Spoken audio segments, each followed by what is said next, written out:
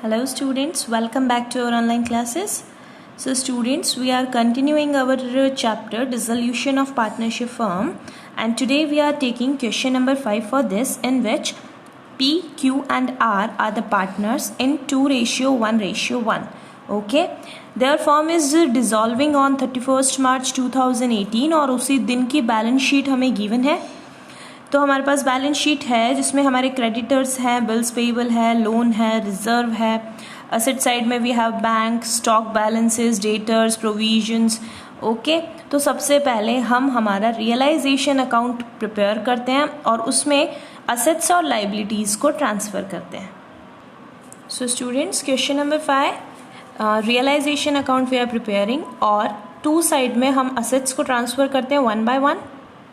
So stock, debtors, stock to debtors. Stock की value है 1,50,000. Debtors भी 88,000. प्रोविजन हम बाय साइड शिफ्ट करेंगे by PBD, it is 8,000. Investment, furniture, machinery 40, 30 and 90. So investment, furniture to machinery. Investment valuing 40,000, 30,000 of our furniture and machinery 90,000. Okay, तो ये हमने हमारी सारी एसेट्स को ट्रांसफ़र कर दिया है. अब हम लाइबिलिटीज़ को ट्रांसफ़र करते हैं. लाइबिलिटीज़ में we have creditors, bills payable. So I am writing here by creditors amounted rupees 80,000, by bills payable that is amounting rupees 10,000. Loan from P. तो स्टूडेंट्स, पी हमारा एक पार्टनर है और पार्टनर का अगर कोई लोन दिया हुआ है तो फिर वो रियलाइजेशन अकाउंट में नहीं आएगा. This I have told you earlier. Reserve fund भी नहीं आएगा because reserve fund is a distributable item और I can say it is a part of profit. तो ये भी नहीं आएगा. इसको हम डायरेक्ट पार्टनर्स के कैपिटल अकाउंट में ट्रांसफ़र करेंगे. इसका मतलब ये हुआ कि हमने रियलाइजेशन अकाउंट के हमारे बैलेंस शीट से जितना हमें ट्रांसफ़र करना था हमने कर लिया. ठीक है. Now come to the adjustments. So in adjustments we have investments are taken over by P at book value. हमारे जो इन्वेस्टमेंट है 40,000 के, ये बी लेके जा रहा है. तो आई एम राइटिंग हियर बाय बीज कैपिटल. जितनी बुक वैल्यू थी उतने पे ही लेके जा रहा है. So it will become 40,000. Okay. Furniture is taken over bye Q for 20,000. तो स्टूडेंट्स, हमारे फर्नीचर की जो वैल्यू थी वो 30,000 थी. इसको क्यू लेके जा रहा है कैपिटल. सो 20,000 की वैल्यू पे इसको लेके जा रहा है. Okay. Now come to the another one. Creditors were paid off at a discount of 5%. तो हम यहाँ पे क्रेडिटर्स का पेमेंट कर देते हैं टू कैश. क्रेडिटर्स, हमारे क्रेडिटर्स 8,000 के हैं. 5% इसका 4,000 हो जाएगा. तो हमने 76,000 पे कर दिया है. 5% हमें डिस्काउंट मिल गया, यानी 4,000 का हमें डिस्काउंट मिल गया और 76,000 हमने पे कर दिया. ओके.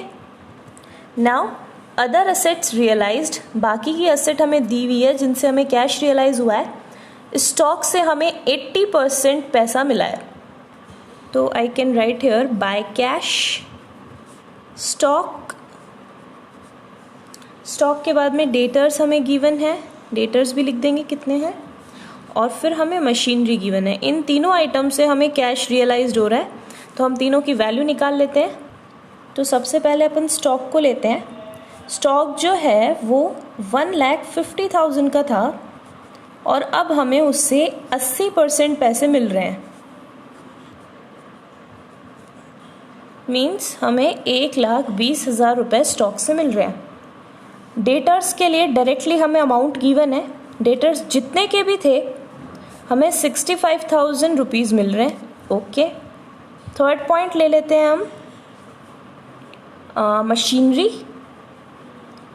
मशीनरी के लिए बोला है 30% लेस। इसका मतलब मशीनरी की जो भी वैल्यू थी उससे हमें 70% अमाउंट रिसीव हुई है। ओके, तो मशीनरी की वैल्यू 90,000 थी और हमें 70% रियलाइज हुआ है, सो इट इज़ 63,000। तो हम तीनों अमाउंट को लिख देते हैं, 1,20,000, 65,000 and 63,000.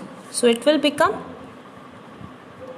8,612 plus 2 14, 2,48,000 हमें कैश से मतलब कैश रिसीव हुआ है इन तीनों असेट्स से। Expenses of realization amounted to 2,000। तो मैं यहाँ पे लिख देती हूँ रियलाइजेशन एक्सपेंसेस 2,000। अब स्टूडेंट्स एक बार हम लाइबिलिटीज़ की तरफ जाते हैं। लाइबिलिटीज़ में क्रेडिटर्स हमने पे कर दिए, बिल्स पेबल के लिए हमें कोई भी इंफॉर्मेशन नहीं है। तो जब किसी लाइबिलिटी के लिए कोई भी एडिशनल इंफॉर्मेशन गिवन नहीं होती तो हम ये एज्यूम करते हैं कि हमने उसको फुल पेमेंट किया है। तो इसीलिए हम यहाँ पे लिख देंगे bills payable 10,000। Okay, so let's do the total here 88,000। तो ये हमारा रियलाइजेशन अकाउंट पूरा हो गया, हमने सारे एडजस्टमेंट्स कर दिए। Now it is the turn of profit और लॉस। तो स्टूडेंट्स हमारे टू साइड की टोटल आ रही है 4,86,000 और हमारे बाई साइड की टोटल आ रही है 4,06,000। तो clearly we can say that कि इट्स अ लॉस। तो यहाँ पे मैं टोटल लिख देती हूँ 4,86,000, 4,86,000, 80,000 का हमें लॉस हो गया है जो कि हमें पार्टनर्स के कैपिटल अकाउंट में ट्रांसफ़र करना है। Partners capital account, partners are PQR and sharing ratio 2, 1 and 1। So it will become PQR, ratio हो जाएगा 40,000, 20,000 एंड 20,000। ओके, तो ये हमारा रियलाइजेशन अकाउंट बन गया है। अब हमें पार्टनर्स का यानी P जो था उसका लोन अकाउंट प्रिपेयर करना है। Loan from P 20,000। तो स्टूडेंट्स फर्म ने P से लोन ले रखा है 20,000 रुपये का और पीछे हमें डिटेल्स में ये गिवन नहीं है कि हमने P को पेमेंट कर दिया। तो अगेन आई एम सेइंग कि अगर लाइबिलिटी के बारे में कुछ भी नहीं कहा होता है कि उसको पेमेंट कर दिया तो भी हम उसको पेमेंट करते हैं, यानी अगर नहीं बोला हुआ तो भी हमें P का जो लोन है वो पे करना है। तो हम उसका छोटा सा लोन अकाउंट बना लेते हैं। सो it will become P's loan account. सिर्फ हमें 2 कैश लिखना है इसके लोन अकाउंट में, क्योंकि लाइबिलिटी अकाउंट है तो बैलेंस बाय साइड ही खुलेगा, by balance BD 20,000 and here we should write to cash और bank whatever we can write 20,000 और ये हमारा लोन अकाउंट बन गया। अब लोन अकाउंट के बाद डायरेक्टली हमें पार्टनर का कैपिटल अकाउंट प्रिपेयर करना है। तो I can write here partners capital account. 3 partner है हमारे, तीनों पार्टनर के लिए कैपिटल अकाउंट बना देते हैं हम। सबसे पहले कैपिटल अकाउंट में हम हमारी कैपिटल्स ट्रांसफ़र करेंगे। ये साइड ज़्यादा रह गया।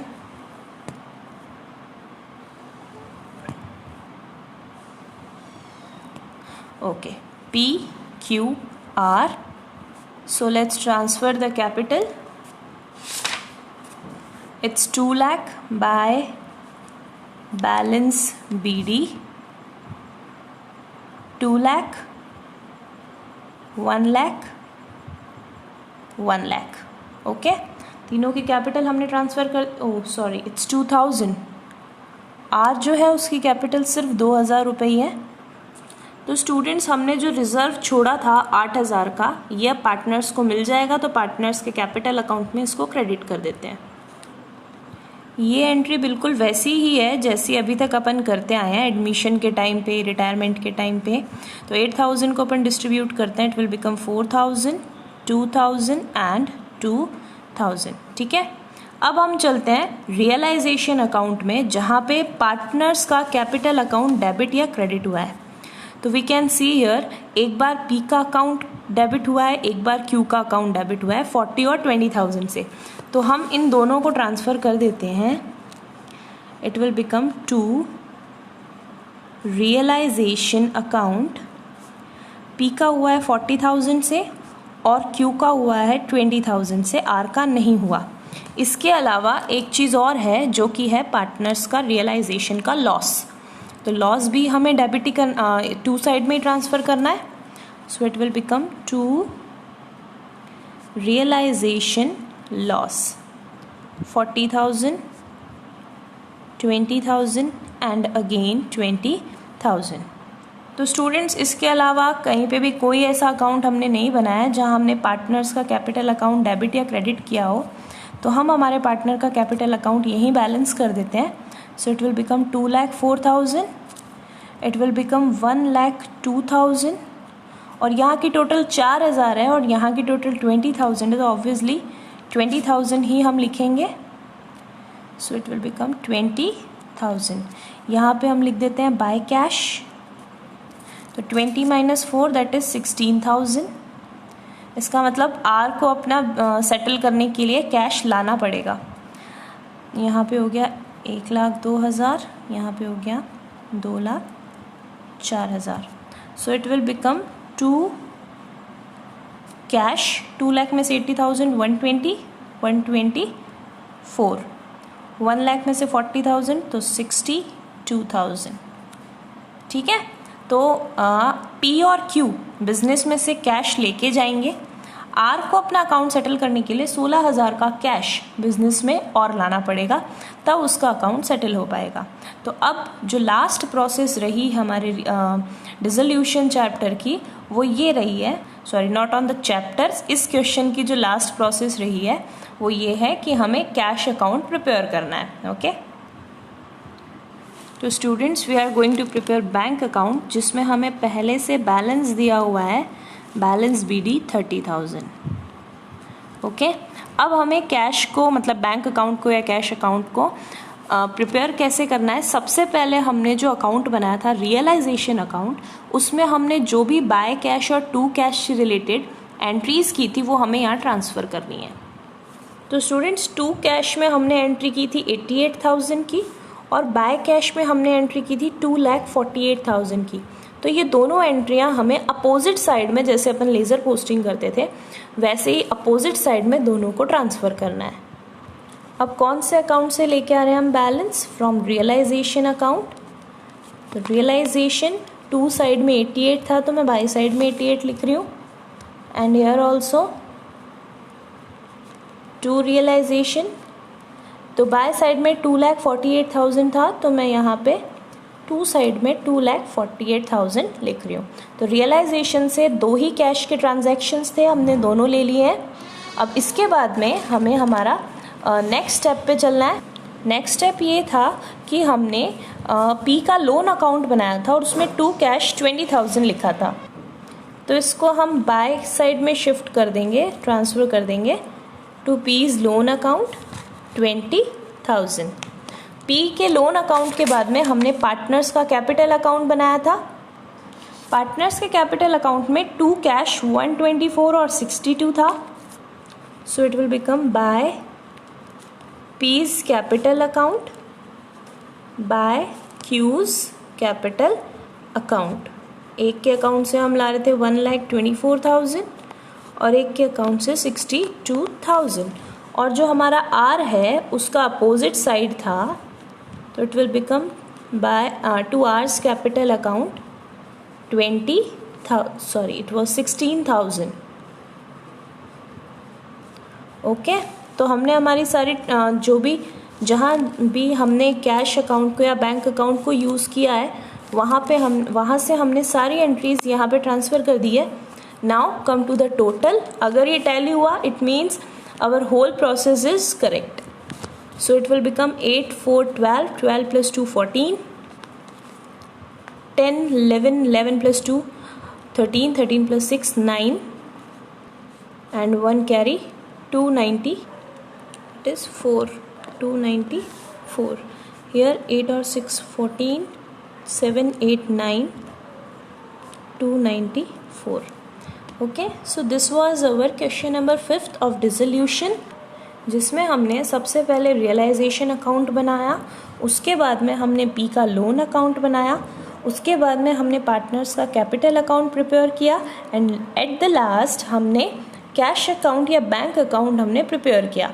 तो स्टूडेंट्स, इसमें मैंने 2 बातें आपको सबसे इम्पॉर्टेंट ये बताई है कि अगर कोई भी लाइबिलिटी की इन्फॉर्मेशन नहीं है कि वो उसको पे किया गया है या नहीं किया गया है, क्योंकि इस क्वेश्चन में हमें क्रेडिटर्स की तो इन्फॉर्मेशन थी दैट क्रेडिटर्स को हमने 5% डिस्काउंट पे कर दिया, लेकिन बीपी की कोई भी इन्फॉर्मेशन नहीं थी. तो हमेशा यही कंसीडर किया जाता है कि अगर किसी लाइबिलिटी का ट्रीटमेंट पीछे नहीं दिया है तो हमें उसे फुल पे करना है. तो हमने बिल्स पेबल को फुल पे कर दिया है. जनरली जब हम क्वेश्चन कर रहे होते हैं तो इन चीज़ों को हम नेग्लेक्ट कर देते हैं, हम भूल जाते हैं इनको लिखना, क्योंकि हम वही एंट्रीज करते हैं जो हमें एडजस्टमेंट में मिलती है. तो इन चीज़ों को हमें ध्यान में रखना है. फॉर एग्जाम्पल कि अगर मशीनरी का हमें यहाँ नहीं दिया हुआ होता कि मशीनरी का हमने क्या किया, तो मशीनरी का यहाँ पे कोई भी ट्रीटमेंट नहीं होता. अगर स्टॉक के असेट के बारे में कुछ भी नहीं दिया हुआ तो हम यहाँ पे कुछ भी नहीं करेंगे, लेकिन लाइबिलिटी के बारे में नहीं दिया हुआ तो भी हमें वो पे करनी ही पड़ेगी. ओके, तो यहाँ पे बिल्स पेबल की इन्फॉर्मेशन नहीं थी तो भी हमने पे किया. पी के लोन अकाउंट की भी इन्फॉर्मेशन नहीं थी कि हमने पे किया है या नहीं किया है, तो भी हमें पे ही करना है. ओके, कोई भी लाइबिलिटी हो उसको हमें पेड ऑफ करके ही हम हमारी फर्म को डिसॉल्व कर सकते हैं. तो students, this is our today's class, and in our next lecture we will continue the same topic.